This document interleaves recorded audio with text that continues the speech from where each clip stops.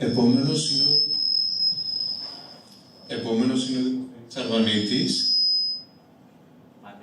με τον ακουστικό χάρτη παραλίων της Αττικής.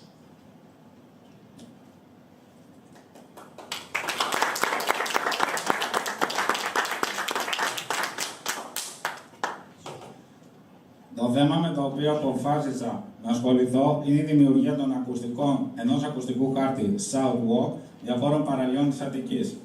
Πιστεύω ότι είναι πολύ ενδιαφέρον το να μπορεί κάποιος πατώντας στο ποντίκι του υπολογιστή του να επισκεφθεί κάποιες παραλίες, να ακούσει διαφορετικούς ήχους θάλασσας και να πάρει κάποιες πληροφορίες για τα συγκεκριμένα μέρη που παρουσιάζονται. Σε αυτό εδώ έχω και ένα βιντεάκι που παρουσιάζω τον ακουστικό χάρτη.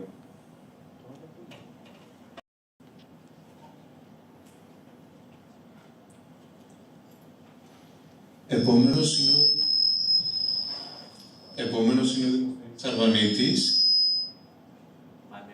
με τον ακουστικό χάρτη παραλίων της Αττικής.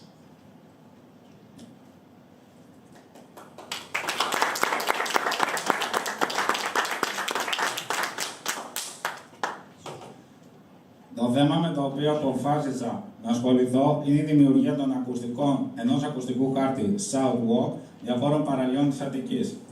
Πιστεύω ότι είναι πολύ ενδιαφέρον το να μπορεί κάποιος πατώντας στο ποντίκι του υπολογιστή του να επισκεφθεί κάποιες παραλίες, να ακούσει διαφορετικούς ήχους θάλασσας και να πάρει κάποιες πληροφορίες για τα συγκεκριμένα μέρη που παρουσιάζονται.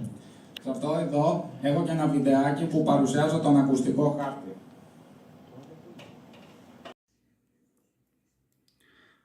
Αδεικτικά σας παρουσιάζω και την αντίστροφη διαδικασία των project, κάνοντας από το τελευταίο προς το πρώτο. Η αντίστροφη διαδικασία είναι όλα αυτά τα project έχουν δημιουργηθεί για δύο λόγους.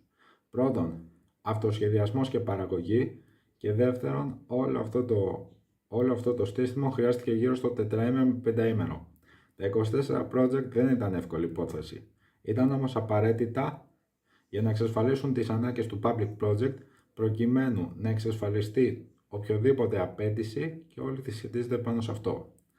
Ενδεικτικώς, όλα αυτά τα βίντεο που βλέπετε παρουσιάζουν το υλικό μου και σαφέστατα είναι το practice portfolio του μαθήματος, το οποίο θα δείτε πολύ σύντομα. Εύχομαι καλή ακρόαση σε όλους σας και θέλω και τις παρατηρήσεις σας για ό,τι προκύψει. Σαφέστατα μπορείτε να δείτε τα project μου